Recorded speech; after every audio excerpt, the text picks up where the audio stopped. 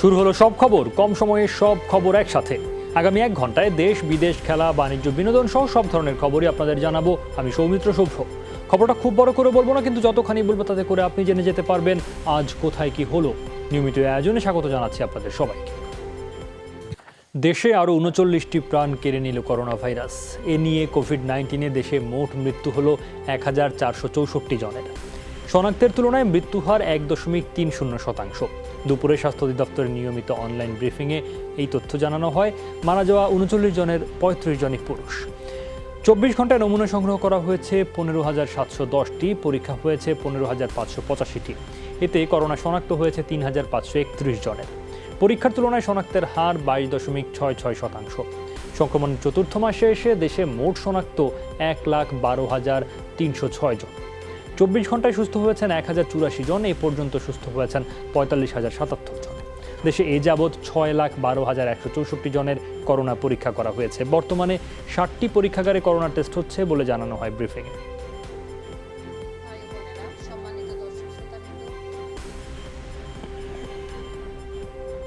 শিশুদের প্রতি, গর্ভবতী মাদের প্রতি বিশেষভাবে যত্ন নিতে হবে। যারা বয়োজ্যেষ্ঠ আছেন এবং যাদের অন্যান্য অসংক্রামক ব্যাধি আছে, যারা দীর্ঘমেয়াদী অসুখে ভুগছেন, তারা চিকিৎসকের পরামর্শ অনুযায়ী অবশ্যই চিকিৎসা চালিয়ে যাবেন। 20 জুন শনিবার পর্যন্ত অধস্তন আদালতের মোট 83 জন বিচারক ও কর্মচারী করোনা ভাইরাসে আক্রান্ত হয়েছেন। তাদের মধ্যে 21 জন বিচারক ও 62 জন কর্মচারী। আইন, বিচার ও সংসদ বিষয়ক মন্ত্রণালয় থেকে আজ এ তথ্য জানানো হয়েছে। মন্ত্রণালয় জানায়, নওগাঁ জেলা জজ আদালতের অফিস সহায়ক মহিউদ্দিন মোহন করোনা উপসর্গ নিয়ে মৃত্যুবরণ করেছেন। তবে সুস্থ হয়েছেন নেত্রকোনার জেলা ও দায়রা জজ মোহাম্মদ শাহজাহান কবির এবং মুন্সিগঞ্জের chief judicial magistrate Rokeya Rahman. কর্মচারীদের মধ্যে সুস্থ হয়েছেন নারায়ণগঞ্জ জেলা জজ আদালতের অফিস সহায়ক আব্দুল বারী। মৃত্যুবরণ করেছেন মাদারীপুর জেলা জজ আদালতের জারিকারক মোহাম্মদ কাউসার মিয়া।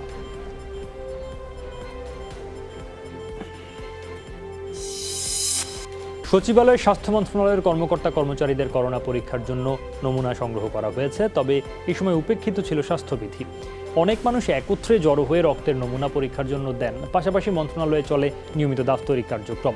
এতে সুস্থদের মাঝেও ভাইরাসটি ছড়িয়ে পড়ার শঙ্কা দেখা দিয়েছে। গত মঙ্গলবার এবং বৃহস্পতিবারও নমুনা সংগ্রহ করেছে স্বাস্থ্য দপ্তর। আজকের 50 জন সহ 3 দিনে 90 জনের নমুনা সংগ্রহ করা হলো এই বুথ থেকে। আসছি আজকে আমি এখানে এই টেস্টটা করার জন্য, যে আসলে যেহেতু আমি জ্বরে ভুগতেছি, কোনো সমস্যা আছে কিনা। মঙ্গলবার থেকে শুরু হয়েছে। মঙ্গলবারের দিন নিচে 20 জনের টেস্ট, আজকে নিবে 50 জন। ঝুঁকি তো একটু থাকেই, তার ভিতর তো এখন তো আমাদের এক্সট্রা রুম নয়। মন্ত্রণালয় থেকে আমাদের যেভাবে লিস্ট দেয় এবং মন্ত্রণালয় থেকে অধিদপ্তরে রিকোয়েস্ট করা হয় এবং অধিদপ্তর থেকে আমাদেরকে টিম পাঠায়। আমরা জাস্ট এসে স্যাম্পল, যাদের লিস্ট অনুযায়ী স্যাম্পলটা কালেকশন করি।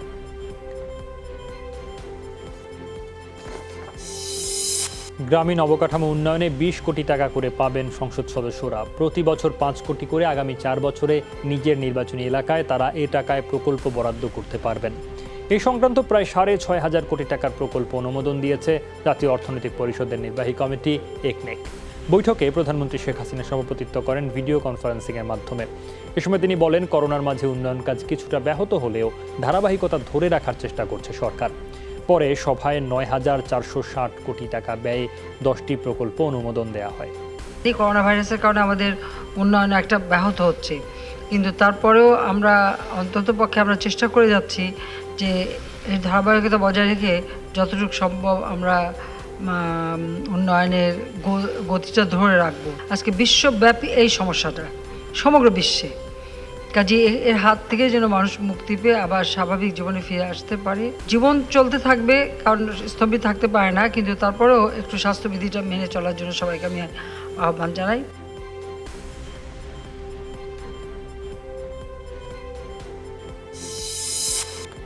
এরই নাম বুঝি জীবন যুদ্ধ। একদিকে করোনার শঙ্কা, আরেকদিকে চাকরি হারিয়ে নতুন জীবিকায় সংসার চালানোর প্রাণান্ত চেষ্টা। লজ্জার শঙ্কায় কেউ পরিবারকে জানাতে পারছেন না কি উপায়ে রোজগার করছেন। বেঁচে থাকার তাগিদে হয়েছেন সবজি কিংবা মৌসুমি ফল বিক্রেতা। কেউ বা যাত্রী টানছেন মোটরসাইকেলে। বই খাতা ফেলে রিকশার প্যাডেলে ক্ষুধার জ্বালা মেটাতে নেমেছে কোনো শিক্ষার্থী। তাতেও কি শেষ রক্ষা হয়েছে? কারো বাসা ভাড়া বাকি, মুদি দোকানের টালি খাতায় বকেয়ার দীর্ঘ সারি। তবু তাদের দুচোখ জুড়ে স্বপ্ন, কেটে যাবে এই দাহকাল, ফিরবে সুদিন। 4টা বাজে উঠটা ভোর, যা মাল কিনে এসে আবার এই রাত 7টা-8টার দিকে যাইতে হয়। কখনো অনেক পরিশ্রম বেশি, রোদে পুইরা ম্যাগে ভিজতে হয়, কিছু করার নাই, জীবন এটাই, যে অবস্থা ভাই অনেক এটাই করে খাইতে হইব। আমার বাবা তাও যেরকম রোজা করে, ওতে তাও খাবার হয় না, তারপর কিছু হয় না। করোনার লাগে নামেছি রিক্সা চালায়, আগে স্কুলে পড়তাম। প্রেস্টিজে লাগে, তারপরে কিছু করার নেই ভাই। এখন তো সকাল ভোরে নামি, এখন 6টায় নামি, রাত 9টা-10টা পর্যন্ত, তারপরেও 500 টাকার মতন হয় না, এরকম সিস্টেম।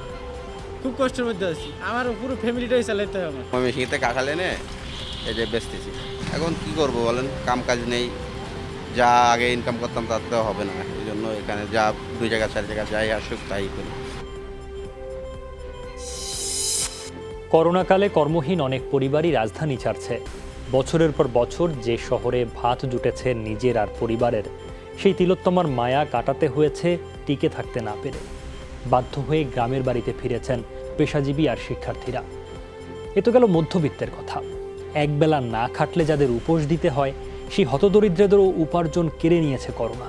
ময়মনসিংহ অঞ্চলে এরই মধ্যে বেড়েছে কর্মহীন মানুষের সংখ্যা, যার বড় অংশই তৈরি পোশাক খাতের। চিকিৎসকরা বলছেন, করোনার হটস্পট থেকে গ্রামাঞ্চলে অবাধ যাতায়াত সংক্রমণের ঝুঁকি বাড়াচ্ছে। কবে কাজ জুটবে আর সামনের দিনগুলো কিভাবে কাটবে, সেই ভাবনাই এখন সম্বলহীন পরিবারগুলোর। চাকরি নাই, 2 মাস 2.5 মাস হয়ে গেছে। অফিস থেকে ফোন দিয়া নেও না, ফোন দেই, ফোন ধরে না। কেউ চাকরি বাকরি করতে পারে না, বা আমরা নিজেরাও করতে পারতাছি না। বাড়িতে সবাই বসটা, স্বামীও আমরাও, এখন তো আর কি নিজেদের অনেক কষ্ট। কি আমরা যে চলবো, আল্লাহ পাক আল্লাহ জানে, এটা কইবার নাই।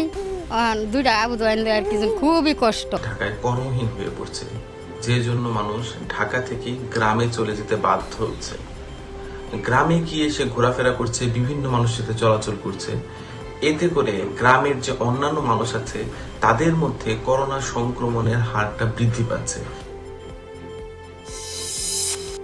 সমন্বয়হীনতা ও ব্যবস্থাপনার ঘাটতি বাংলাদেশে করোনার ব্যাপকতার জন্য দায়ী বলে মনে করেন বিশেষজ্ঞরা। তাদের মতে শুরু থেকে অদক্ষতার পরিচয় দিয়েছে সরকার। সাধারণ ছুটি দেয়া হলেও ছিল শিথিলতা, সবকিছুতেই বিশৃঙ্খলা আর অব্যবস্থাপনা চোখে পড়ার মতো। প্রতিনিয়তই যার মাসুল গুনতে হচ্ছে। এই অবস্থায় জোনভিত্তিক লকডাউনেও সমাধান হবে না বলে মনে করেন কেউ কেউ। করোনা প্রতিরোধে সাধারণ মানুষের মধ্যে সচেতনতা কম। মাস্ক ব্যবহার না করা, অপ্রয়োজনে বাইরে যাওয়া, কোনোটাই বন্ধ করা যাচ্ছে না। চিকিৎসকদের মতে এই অবস্থা বহাল থাকলে দীর্ঘমেয়াদী হবে করোনার স্থায়িত্ব। তাদের মতে বিশ্ব মহামারীর এই সময়ে উপযুক্ত সিদ্ধান্ত ও কঠোর বাস্তবায়ন অত্যন্ত জরুরি। একদম শুরু থেকে আমরা সুসমন্বিত কোনো পরিকল্পনার অধীনে কার্যক্রম পরিচালনা করতে পারিনি বলেই কিন্তু আমরা করোনা প্রতিরোধের প্রথম পর্যায়ে আমরা সফলতা অর্জন করতে পারিনি। এটা পারবে, কারণ এই মুহূর্তে তো কোনো মেজার নেই। সো এটা আমি মনে করি এটা বাড়তে থাকবে। কালকে লকডাউন করলেও আপনি এটার ফল দেখতে আপনাকে 2 থেকে 3 সপ্তাহ অপেক্ষা করা লাগবে। আমাদের এই কার্ভটা একটা সময় পর্যন্ত উঠে দীর্ঘদিন এরকম হয়তো থাকবে, ফ্ল্যাট থেকে আস্তে আস্তে নামবে। স্থায়িত্ব মে মাস তখন প্রথম ছিল 5 তারিখ, তবে 10 তারিখ, কিন্তু আলটিমেটলি লকডাউন তো থাকলো না। কিন্তু দেখা গেল যে মের শুরু থেকেই তো লকডাউন উঠাই দেওয়া হলো, এবং এই সুযোগে কিছু দোকান খোলা হলো, মসজিদ খোলা হলো, গার্মেন্ট খোলা হলো। কিন্তু এটা গভর্নমেন্ট শিথিল করছিল, কিন্তু মানুষ কিন্তু মানছে, স্রোতের মতো রাস্তাঘাটে ঘোরাঘুরি করছে, দোকানে যাচ্ছে, বেড়াচ্ছে। রাজধানীর নারিন্দার ভূতের গলি এলাকা থেকে নকল মাস্ক ও মাস্ক তৈরির উপকরণ সহ 5 জনকে গ্রেফতার করেছে গোয়েন্দা পুলিশ। মহানগর গোয়েন্দা পুলিশ জানায়, সানরাইজ ব্যাগ কোম্পানি নামে একটি চক্র নকল মাস্ক তৈরি করে বাজারজাত করে আসছিল।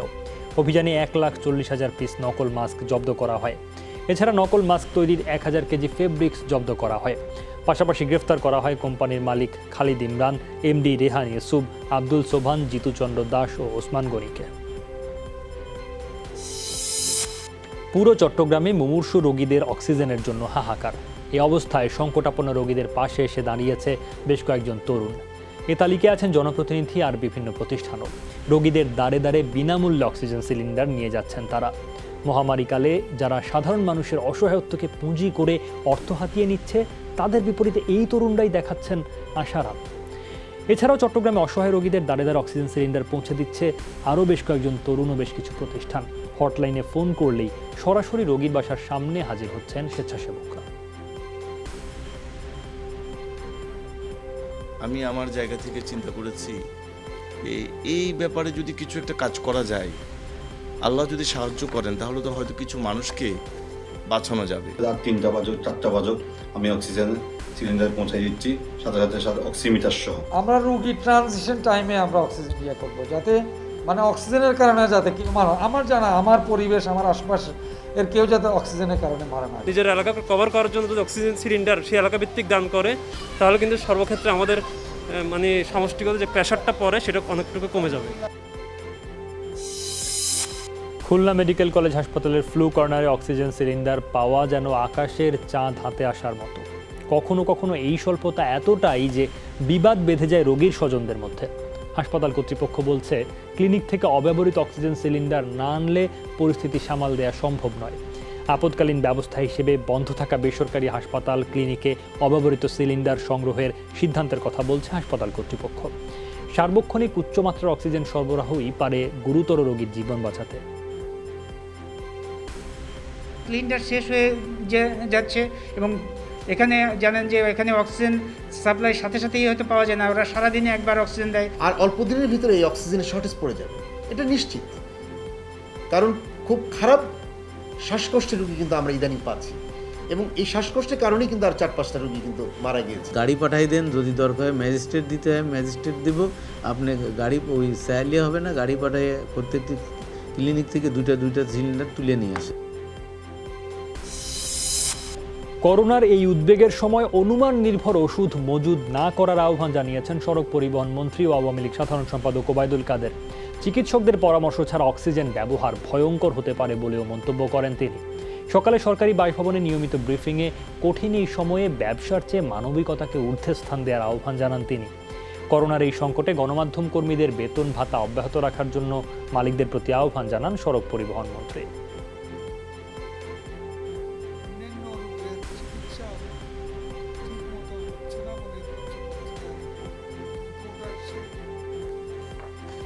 বিশেষজ্ঞদের পরামর্শ ছাড়া এ ধরনের সিলিন্ডার এবং অনুমান নির্বোধ ঔষধের ব্যবহার হিতে বিপরীত হতে পারে। সিলিন্ডার মজুত করার মতো স্বার্থপর ভাবনার চেয়ে আমাদের করোনা প্রতিরোধে মনোনিবেশ করা জরুরি।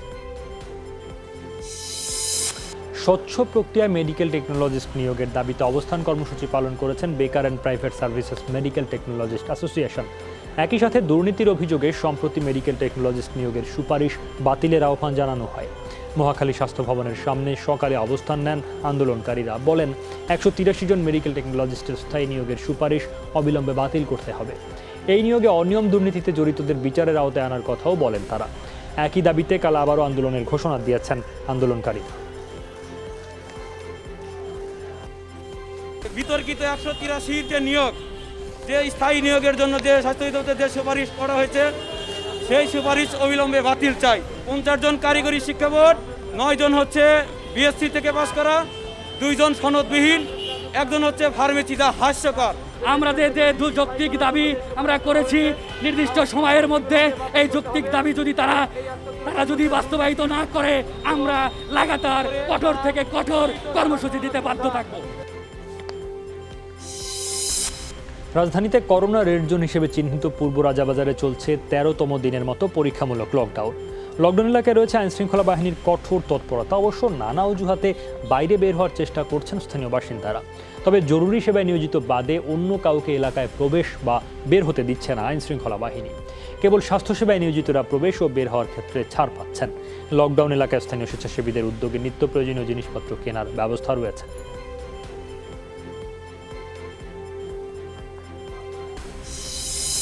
চট্টগ্রামে করোনা পরিস্থিতির সবশেষ খবর জানাতে যুক্ত হয়েছেন সহকর্মী শিহাব জিসান। জিসান, আক্রান্তের সংখ্যা তো প্রতিদিনই বাড়ছে, মানুষের মধ্যে স্বাস্থ্যবিধি মানার প্রবণতা কেমন দেখছেন? প্রশাসনের তৎপরতা সম্পর্কেও জানাবেন।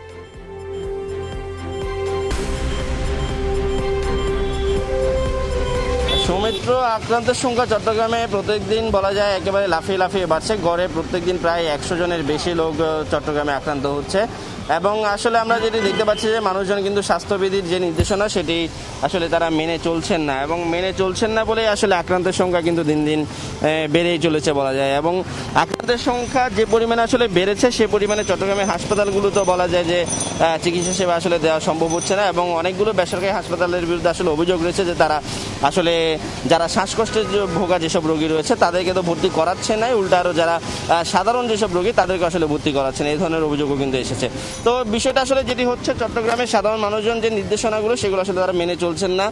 দোকানপাটগুলো 4টায় বন্ধ হয়ে যাওয়ার কথা থাকলেও সেগুলো আসলে খোলা রয়েছে, অনেকগুলো দোকানপাট আসলে অলিগলিতে খোলা থাকে। সাধারণ মানুষজনের চলাচল আসলে দেখা যায় চলছে দেদারসে, এবং মানুষজন আসলে মাস্ক ব্যবহার করছেন না, যদিও তাদেরকে বলা হয়েছিল আসলে মাস্ক ব্যবহার করতে। যে স্বাস্থ্যবিধি যেই যা মানতে বলা ছিল, গণপরিবহনে যে যাত্রী বেশি উঠা যাবে না, প্রত্যেকটা 2 সিটে করে একজন করে উঠবে এই ধরনের, কিন্তু বিষয়টা আমরা যেটি দেখতে পাচ্ছি আসলে গণপরিবহনেও কিন্তু আসলে মানুষ বেশ এমনকি দাঁড়িয়েও যাচ্ছে, তারা সিট তো পূরণ হচ্ছে, সাথে মানুষজন কিন্তু দাঁড়িয়েও তারা যাতায়াত করছে। তো সব মিলিয়ে চট্টগ্রামে মানুষজন স্বাস্থ্যবিধি মানছে না। আর প্রশাসন আসলে যেটি দেখতে পাচ্ছি, প্রশাসনের নজরদারি আসলে চলছে, তারা চেষ্টা করছে, কিন্তু তাদের আসলে জনবল সংকট রয়েছে, এবং তারাও আসলে এক ধরনের হতাশ বলা যায় যে তারা দীর্ঘদিন ধরে চেষ্টা করে যাচ্ছে, কিন্তু তারপর আসলে তারা সাধারণ মানুষজনকে আসলে তারা বোঝাতে সচেষ্ট হচ্ছে না। যদিও এই জন্য তারা জরিমানাও করেছে অনেকে।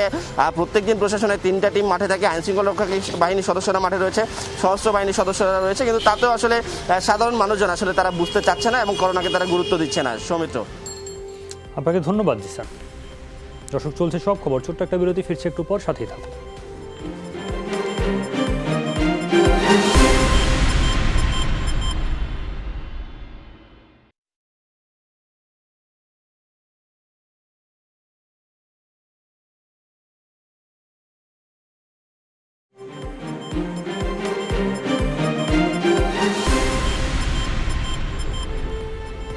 আবারও স্বাগত, দেখছেন সব খবর।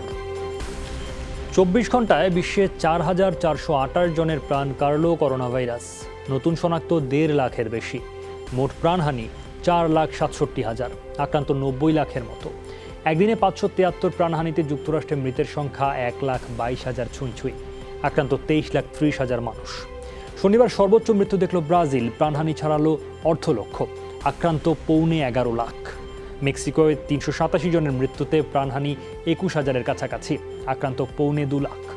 লাতিন আমেরিকার প্রায় সব দেশেই বাড়ছে সংক্রমণ ও মৃত্যু।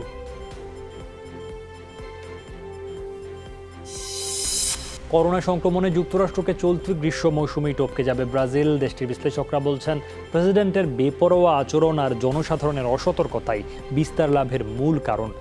এদিকে লকডাউন প্রত্যাহারের পর মার্কিন রাজ্যগুলোয় বাড়ছে সংক্রমণ।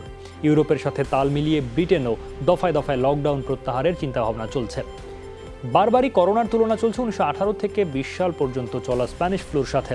সে সময় মহামারীর দ্বিতীয় ধাপেই প্রাণ হারিয়েছিলেন বেশিরভাগ মানুষ।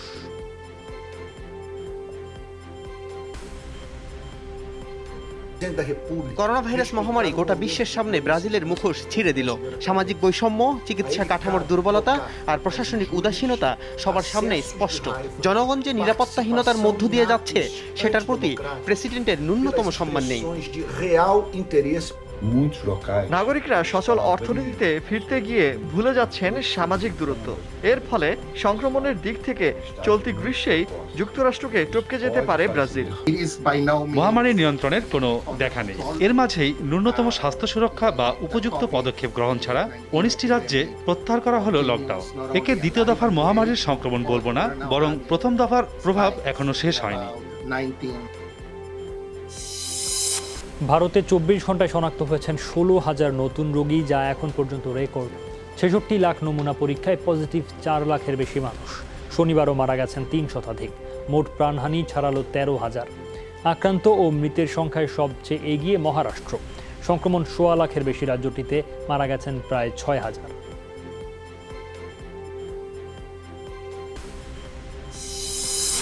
চীনে আরও 26 জনের শরীরে মিলল করোনা ভাইরাস, বেশিরভাগই বেইজিংয়ের বাসিন্দা। এই মুহূর্তে দেশটিতে 331 জন। সংক্রমণের নতুন কেন্দ্র রাজধানীর পাইকারি বাজারে গণহারে চলছে নমুনা পরীক্ষা। শনিবার পর্যন্ত 23 লাখ মানুষের করোনা পরীক্ষা করা হয়েছে। প্রশাসনের দাবি, দ্বিতীয় দফায় করোনা বিস্তার এখনও ক্লাস্টার পর্যায়ে। চীনে করোনা ভাইরাসের শিকার 83,000-এর বেশি, প্রাণ গেছে 4,634 জনের।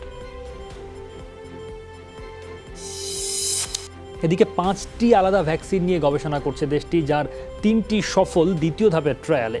সবার আগে ভ্যাকসিন বাজারজাত করতে দ্রুতই চূড়ান্ত ট্রায়ালে যেতে চায় চীন। তাদের দাবি, এখানেই সবচেয়ে বড় চ্যালেঞ্জ অপেক্ষা করছে গবেষকদের জন্য। চূড়ান্ত ট্রায়ালের জন্য দরকার বিশাল জনগোষ্ঠীর ওপর পরীক্ষা চালানো। চীনে এই মুহূর্তে সংক্রমণের সংখ্যা কম হওয়ায় তৃতীয় ধাপের ট্রায়ালের জন্য ব্রাজিল সহ আরও বেশ কিছু দেশের সঙ্গে আলোচনা চালিয়ে যাচ্ছে ভ্যাকসিন আবিষ্কারে কাজ করা প্রতিষ্ঠানগুলো।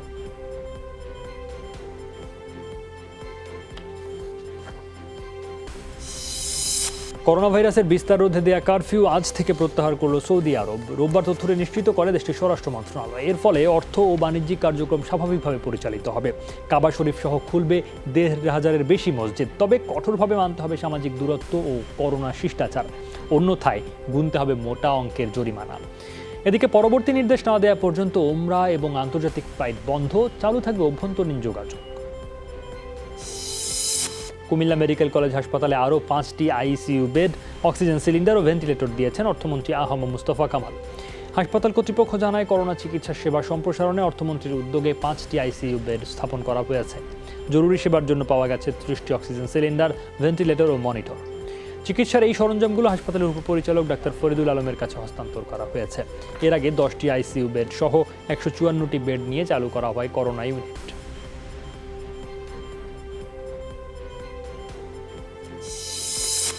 জ্বর, শ্বাসকষ্ট নিয়ে 5 জেলায় মারা গেছেন 8 জন। ব্রাহ্মণবাড়িয়া সদর জেনারেল হাসপাতালে চিকিৎসাধীন অবস্থায় মারা গেছেন 1 চিকিৎসক। হাসপাতাল কর্তৃপক্ষ জানান, গত রাতে শ্বাসকষ্ট নিয়ে হাসপাতালে ভর্তি হন 50 বছর বয়সী ওই চিকিৎসক। একই উপসর্গে বগুড়ার মোহাম্মদ আলী হাসপাতালে মারা গেছেন 35 বছরের এক শ্রমিক। গতকাল ভোরে তাকে আইসোলেশন সেন্টারে ভর্তি করা হয়। এর আগে মারা যান 62 বছর বয়সী এক বৃদ্ধ। বৃহস্পতিবার জ্বর, সর্দি নিয়ে হাসপাতালে ভর্তি হন তিনি। এছাড়া গাজীপুর, ঝালকাঠি ও বরিশালে জ্বর ও শ্বাসকষ্টে মারা গেছেন আরও 5 জন। মৃতদের নমুনা সংগ্রহ করেছেন স্বাস্থ্য বিভাগের কর্মীরা। প্রতিটি উপজেলায় করোনা পরীক্ষার ল্যাব স্থাপন, সারা দেশে প্রতিদিন 50,000 নমুনা পরীক্ষা করা এবং স্বাস্থ্য খাতে বাজেটের কমপক্ষে 20% বরাদ্দ সহ 11 দফা দাবিতে বগুড়ায় বিক্ষোভ সমাবেশ হয়েছে। দুপুরে সিভিল সার্জন কার্যালয়ের সামনে এই কর্মসূচি পালন করে বাম গণতান্ত্রিক জোট। বক্তারা বলেন, করোনা আক্রান্তের দিক থেকে বাংলাদেশ এখন এশিয়ার মধ্যে 3য় অবস্থানে পৌঁছে গেছে, অথচ সেই তুলনায় করোনা প্রতিরোধে সরকারি উদ্যোগের ব্যাপক ঘাটতি রয়েছে। হাজারো চাকরি প্রার্থীর অংশগ্রহণে নিয়োগ পরীক্ষা হয়েছে খুলনা জেলা প্রশাসনের স্থানীয় সরকার বিভাগে। ডিসির একক সিদ্ধান্তে অনুষ্ঠিত এই পরীক্ষায় হতবাক সিভিল সার্জন ও নাগরিক সমাজের প্রতিনিধিরা। উদ্বেগ প্রকাশ করে পরীক্ষার্থীদের স্বজনরা বলছেন, মারাত্মক স্বাস্থ্য ঝুঁকিতে ফেলা হয়েছে তাদের। অথচ 11 থেকে 25 জুন পর্যন্ত দোকানপাট, যানবাহন ও চলাচলের ওপর বিধিনিষেধ আরোপ করা আছে জেলা প্রশাসনের। ডিসি বলছেন, সবকিছু হয়েছে সরকারি নিয়ম মেনে। সিভিল সার্জনের অভিযোগ, স্বাস্থ্য বিভাগকে সম্পৃক্ত না করে এই দুর্যোগে যে পরিবেশে পরীক্ষা নেওয়া হলো তাতে স্বাস্থ্য ঝুঁকিকে বাড়িয়ে দেয়া হলো। 3টি কেন্দ্রে অংশ নেয় 1000 খানেক পরীক্ষার্থী। চূড়ান্তভাবে কৃতকার্য হয়েছেন 50 জন। বলার কিছু না, এবং সাহায্য করার কিছু না, যা হচ্ছে তা হচ্ছে। এমনি দেশের পরিস্থিতি খুবই খারাপ। এই খারাপ এই সময়ের মধ্যে এই পরীক্ষাটা আসলে নেওয়াটা পক্ষপাতিত্ব না। করোনার পরিস্থিতি কবে ভালো হবে, যেহেতু বিভিন্ন রিপোর্টে আসছে, কোনো নিশ্চয়তা নেই। মাননীয় সরকার বলছে স্বাস্থ্যবিধি এবং সামাজিক দূরত্ব মেনে সকল কাজ করার জন্য নির্দেশনা। এখন আমরা করছি ভিডিও কনফারেন্সের মাধ্যমে, তাই না? সেটা এখানে 1100 লোককে একসাথে জড়ো করে পরীক্ষা নেওয়া বা জনসমাবেশ করা, তো অবশ্যই এটা করোনা ভাইরাস ঝুঁকি বাড়িয়ে দেবে, এটা জনদুর্ভোগ বাড়বে, তাই না? এটা প্রশাসনের করতে গেলে এটা একটা কমিটির মাধ্যমে সিদ্ধান্ত নিয়ে করা উচিত ছিল। চিকিৎসক আব্দুর রকিব হত্যার ঘটনায় দায়িত্বে অবহেলার অভিযোগের সত্যতা মেলায় খুলনা সদর থানার ওসি আসলাম বাহার বুলবুলকে প্রত্যাহার করা হয়েছে। বিষয়টি নিশ্চিত করেছেন Khulna metropolitan police commissioner Khondokar Lutful Kabir. তিনি জানান, অভিযুক্ত ওসিকে খুলনা পুলিশের রিজার্ভ ফোর্সে পাঠানো হয়েছে। গেল 15 জুন নগরীর গল্লামারি এলাকায় রোগীর স্বজনদের হামলায় প্রাণ হারান ডাক্তার আব্দুর রকিব। এই ঘটনায় মৃতের স্বজন থানায় অভিযোগ করতে গেলে ওসি আসলাম গড়িমসি করেন বলে অভিযোগ ওঠে। এদিকে চিকিৎসক রকিব হত্যা মামলায় গ্রেফতার সব আসামির দৃষ্টান্তমূলক শাস্তির দাবিতে আজও বিভিন্ন স্থানে মানববন্ধন ও প্রতিবাদ সমাবেশ হয়েছে। মাগুরা 250 শয্যা হাসপাতালের সামনে মানববন্ধন হয়। এ সময় বক্তারা এই হত্যা মামলা দ্রুত বিচার ট্রাইব্যুনালে সম্পন্ন করার দাবি জানান। বলেন, অপরাধীদের দ্রুত দৃষ্টান্তমূলক শাস্তি দেয়া না হলে আগামীতেও চিকিৎসকের ওপর হামলার আশঙ্কা থেকে যাবে। একই দাবিতে প্রতিবাদ সভা হয়েছে ঝিনাইদহে। দুপুরে সদর হাসপাতাল চত্বরে কর্মসূচি পালন করেন বিএম এর সদস্যরা। এ সময় বক্তারা চিকিৎসক সুরক্ষায় আইন ও ডাক্তার রকিব হত্যায় জড়িতদের সর্বোচ্চ শাস্তির দাবি জানান। করোনা ভাইরাসের মহামারীতে থমকে গেছে উৎপাদন, চাকরিচ্যুত হচ্ছে শ্রমিক, বন্ধ হয়ে যাচ্ছে কারখানা। স্বাভাবিক ধারা ফিরিয়ে আনার ক্ষেত্রে বড় বাধা শুল্কায়ন। প্রস্তাবিত বাজেটে বহাল রাখা হয়েছে আগাম কর, যা শিল্প উৎপাদনের ক্ষেত্রে প্রতিবন্ধকতার সৃষ্টি করবে।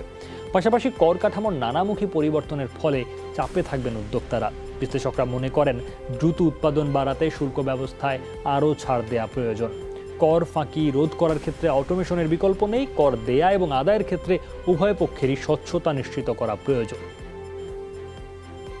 আমার ব্যবসা বাণিজ্য, আমার ব্যবসা প্রতিষ্ঠানের নথিপত্র যদি দেখতে যেত, তখন কিন্তু কমিশনার সাহেবের মতামত নিয়ে তারপরে আমার ব্যবসা প্রতিষ্ঠানের কাগজপত্র ওনারা দেখতে পারত।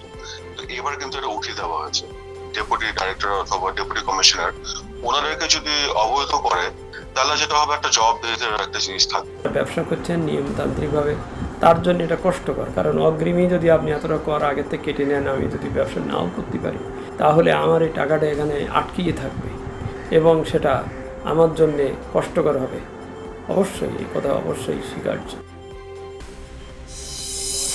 করোনা মহামারীর মধ্যেও জলবায়ু পরিবর্তনের ঝুঁকি মোকাবেলা করছেন দেশের বিশাল জনগোষ্ঠীর মানুষ। তাদের জন্য আসন্ন বাজেটে প্রয়োজনীয় অর্থ বরাদ্দের কথা স্মরণ করিয়ে দিয়েছেন বিভিন্ন এনজিওর তৃণমূল কর্মীরা। দুপুরে অ্যাকশন-এডের আয়োজনে অনলাইন মতবিনিময় সভায় বিভিন্ন এনজিওর তৃণমূল কর্মীরা জানান, জলবায়ু পরিবর্তনের ঝুঁকি মোকাবেলা যেহেতু দীর্ঘমেয়াদী প্রক্রিয়া, তাই বিষয়টি নিয়ে ধারাবাহিক কাজ করতে হবে।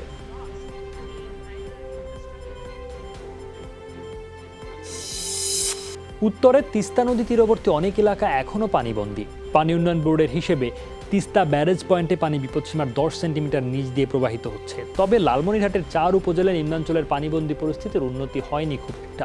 একই পরিস্থিতি রংপুরের গঙ্গাচড়া, পীরগাছার 11 ইউনিয়নের নদী তীরবর্তী নিম্নাঞ্চলেরও। বন্যা পূর্বাভাস ও সতর্কীকরণ কেন্দ্রের তথ্য, ভারতের সিকিম আর জলপাইগুড়িতে ভারী বৃষ্টিপাতের পূর্বাভাস থাকায় তিস্তার পানি আবারও বাড়তে পারে। এছাড়া আগামী কয়েকদিনে ব্রহ্মপুত্র আর যমুনায় পানি বেড়ে কুড়িগ্রাম, গাইবান্ধা, জামালপুর, সিরাজগঞ্জ আর বগুড়ার নিম্নাঞ্চল প্লাবিত হতে পারে। রংপুর থেকে যোগ দিচ্ছেন সরকার মাঝারুল মান্নান। মাঝার, আপনি তো সকাল থেকেই প্লাবিত এলাকার খোঁজখবর রাখছিলেন, কি বলছেন ভুক্তভোগী পরিবারগুলোর সদস্যরা?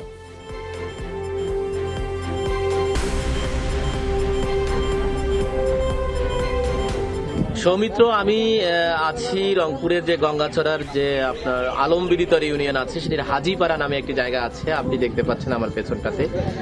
আসলে মানুষজন তো এই যারা বন্যা কবলিত হয়েছেন, আপনি জানেন যে ভাটির দিকে যত এখন পানি যাচ্ছে, ভাটির এলাকাটা কিন্তু কবলিত হচ্ছে।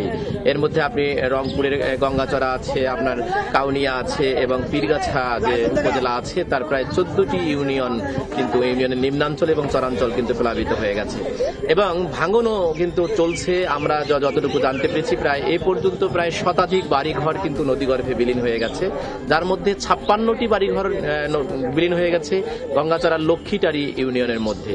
তবে এই ভাঙন এবং এই বন্যা কবলিত যে অবস্থা, এখন পর্যন্ত কিন্তু আমরা কোনো জায়গাতেই শুনিনি যে কেউ সরকারি তরফে অথবা জেলা প্রশাসন, উপজেলা প্রশাসন কিংবা ইউনিয়ন পরিষদের পক্ষ থেকে কোনো জায়গা থেকে কোনো ধরনের উদ্যোগ নেওয়া হয়েছে তাদের পাশে দাঁড়ানোর জন্য। আমরা একটু কথা বলেছিলাম একজন চেয়ারম্যানের সাথে কিছুক্ষণ আগে আলমবিরিতর ইউনিয়নের। তিনি যেটা বলছিলেন যে প্রায় 2 বছর আগের যে তালিকাটি দেওয়া হয়েছে সেটিরই এখনো কিন্তু কোনো রেজাল্ট তারা পাননি ভাঙনের, এবং এখন তারা ইউনোকে জানিয়েছেন এবং পিআইওকে জানিয়েছেন, কিন্তু তাদের পক্ষ থেকে এখন পর্যন্ত কোনো ধরনের সরকারি ত্রাণ সহযোগিতা তাদের কাছে পৌঁছায়নি। আর যদি পৌঁছায়ও, তারা যেটা বলছে যে প্রয়োজনের তুলনায় একেবারে অপ্রতুল। সৌমিত্র, আপনাকে ধন্যবাদ মাঝার। করোনা মহামারীতেও কিশোরগঞ্জের নিকলি হাওরে পর্যটকদের আটকানো যাচ্ছে না। প্রশাসনের নিষেধাজ্ঞা সত্ত্বেও প্রতিদিন অসংখ্য মানুষ ভিড় করছেন হাওরে। রীতিমতো আয়োজন করে ঘুরে বেড়াচ্ছেন নৌকা ভাড়া করে। সংক্রমণ ঝুঁকি বাড়লেও এ ব্যাপারে সচেতন নন অনেকে। দেশে করোনা সংক্রমণের শুরু থেকেই নিকলি হাওরে পর্যটকদের যাওয়া আসা নিষিদ্ধ ঘোষণা করে প্রশাসন, কিন্তু সেই নির্দেশনা শুনছেন না কেউ। 2000 সালের দিকে হাওর বেষ্টিত উপজেলার নিকলিতে 5 কিলোমিটার এলাকায় দেয়া হয় বেড়িবাঁধ। ধীরে ধীরে এই বেড়িবাঁধ এলাকাটি ভ্রমণ বিলাসীদের কাছে হয়ে ওঠে পর্যটন কেন্দ্র। লকডাউনের মধ্যে থেকে পুরোপুরি বোর, এই কারণে একটু ঢাকার বাইরে একটু ঘুরতে যাওয়ার জন্য জায়গা খুঁজতেছিলাম। মোটামুটি ফ্রেন্ড সার্কেল মিলে এই জায়গাটার একটা সন্ধান, আসার পরে ভালোই লাগতেছে। আমরা ঢাকা থেকে বাইক নিয়ে আসছি, তো আসার পথে আমাদেরকে এই ব্রিজের সামনে অনেক প্রবলেম করছে ওরা, বাট আসার পর এত কষ্ট করে আসার পর আমাদের এত ভালো লাগছে আপনাকে বলে বোঝানো যাবে।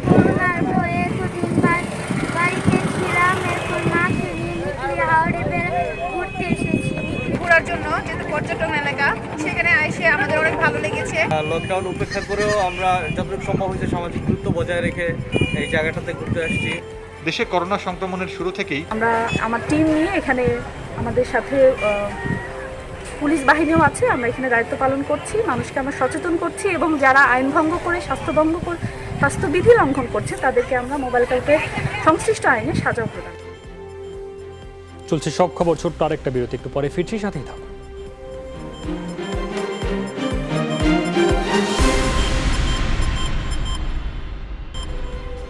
আবারও স্বাগত, দেখছেন সব খবর। করোনা মহামারীর মধ্যে চাঁপাইনবাবগঞ্জে অর্ধশত গর্ভবতী নারীকে চিকিৎসা সেবা দিয়েছে সেনাবাহিনীর মেডিকেল টিম। সামাজিক দূরত্ব মেনে দুপুরে নাচল ডিগ্রি কলেজে এই সেবা প্রদান করা হয়। এই সময় বিনামূল্যে 15 দিনের ওষুধও পান সেবা প্রার্থীরা। গেল 28 মার্চ থেকে জেলায় চিকিৎসা সেবা কার্যক্রম পরিচালনা করছেন সেনা সদস্যরা।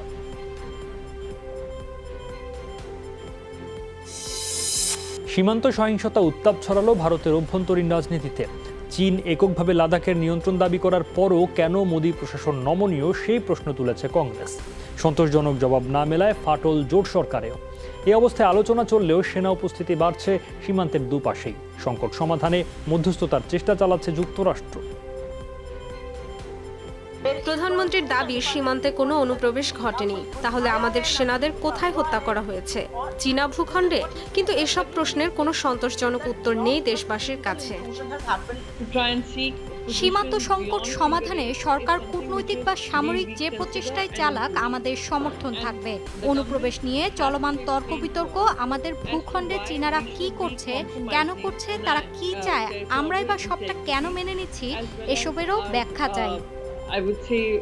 চীন ভারত উত্তেজনা খুব জটিল একটি পর্যায়ে আছে। দুপক্ষের সাথেই কথা বলছি, দুদেশই ক্ষুব্ধ, সমঝোতায় পৌঁছাতে সহযোগিতার চেষ্টা চলছে। অবশেষে উইঘুর মুসলিমদের মানবাধিকার লঙ্ঘনের অভিযোগে বিল পাশ করল যুক্তরাষ্ট্র। চীনকে কড়া বার্তা দেওয়ার লক্ষ্যে করা আইনটিতে বলা হয়, জিনজিয়াং প্রদেশের সংখ্যালঘুদের ওপর কোনো ধরনের আগ্রাসন চালানো হলে তার সাথে জড়িত ব্যক্তি এবং প্রতিষ্ঠানকে নিষেধাজ্ঞার আওতায় আনা হবে। যদিও জিনপিং প্রশাসনের দাবি, চীনে প্রভাব বিস্তারে ব্যর্থ হয়েই ট্রাম্প সরকারের এটা নতুন পদক্ষেপ। জিনজিয়াংয়ে আমাদের অবস্থান কোনো জাতিগোষ্ঠী বা ধর্মের বিরুদ্ধে নয়, বরং এটি উগ্রবাদ এবং বিচ্ছিন্নতাবাদী গোষ্ঠীর বিরুদ্ধে। তাই জিনজিয়াং এবং উইঘুর ইস্যুতে চীনকে জড়িয়ে কোনো বিভ্রান্তি ছড়ানোর সুযোগ নেই। চীনের অভ্যন্তরীণ ইস্যুতে হস্তক্ষেপে ব্যর্থ হয়ে যুক্তরাষ্ট্র এই আইন পাশ করেছে। এমন একটা সময়ে এই বিল পাশ করা হলো যখন আফ্রো আমেরিকান বংশোদ্ভূতদের উপর নির্যাতন আর মানবাধিকার লঙ্ঘনের বিষয়টি আলোচিত হচ্ছে বিশ্বজুড়ে। যুক্তরাষ্ট্রে যেখানে অশ্বেতাঙ্গদের অধিকার হরণ করা হচ্ছে, সেখানে এই ইস্যুতে অন্য দেশে হস্তক্ষেপ করছে দেশটি।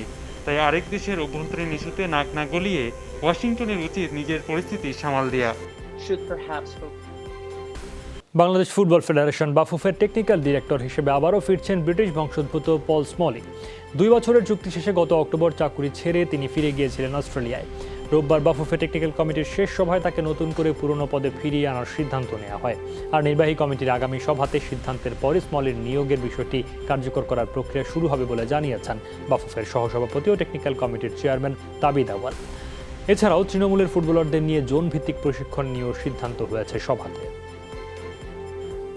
প্রতীককে বিবেচনা করে আমরা আরও অন্যদের সাথে কথাবার্তা বলার পরে এই সময় আমরা দেখছি যে পল স্মলিকে আমরা আবার চাচ্ছি পুনরায় বিবেচনা করে তার সাথে চুক্তি করার জন্য। বছরের প্রথম সূর্যগ্রহণ হলো আজ। পূর্ণ বা বলয়গ্রাস হয়েছে ভারতের নয়াদিল্লি, পাকিস্তানের করাচি আর দুবাইয়ের আকাশে, যার সময়কাল ছিল 3.25 ঘন্টা।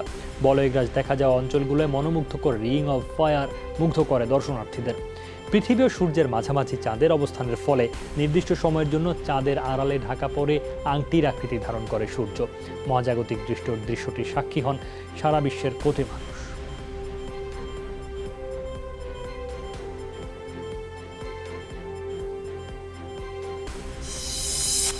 এদিকে বাংলাদেশের বিভিন্ন জেলা ও বিভাগীয় পর্যায়েও বলয়গ্রাস সূর্যগ্রহণ দেখার আয়োজন করা হয়। বরিশাল নগরীর বঙ্গবন্ধু উদ্যানে সূর্যগ্রহণ দেখার আয়োজন করে বিজ্ঞান আন্দোলন মঞ্চ। খবর পেয়ে সকাল থেকে সেখানে ভিড় করে শিশু কিশোররা। তবে বৃষ্টি থাকায় কিছুটা বিঘ্ন ঘটে। ভালোভাবে সূর্যগ্রহণ দেখার জন্য বিশেষ ফিল্টার গ্লাস বা সান ফিল্টার নামে এক ধরনের গ্লাস দেওয়া হয় সবাইকে। বাংলাদেশ থেকে পরবর্তী সূর্যগ্রহণ দেখা যাবে 2022 সালের 25 অক্টোবর। এই ছিল আজকের সব খবরে। যে কোনো সংবাদ সবার আগে জানতে চোখ রাখুন যমুনা টেলিভিশনে। ভিজিট করুন আমাদের website, Facebook page, YouTube channel, log in করুন www.jomuna.tv, ফেসবুক/যমুনা টেলিভিশন, YouTube/যমুনা টিভি বিডি। এতক্ষণ সাথে থাকার জন্য সবাইকে ধন্যবাদ।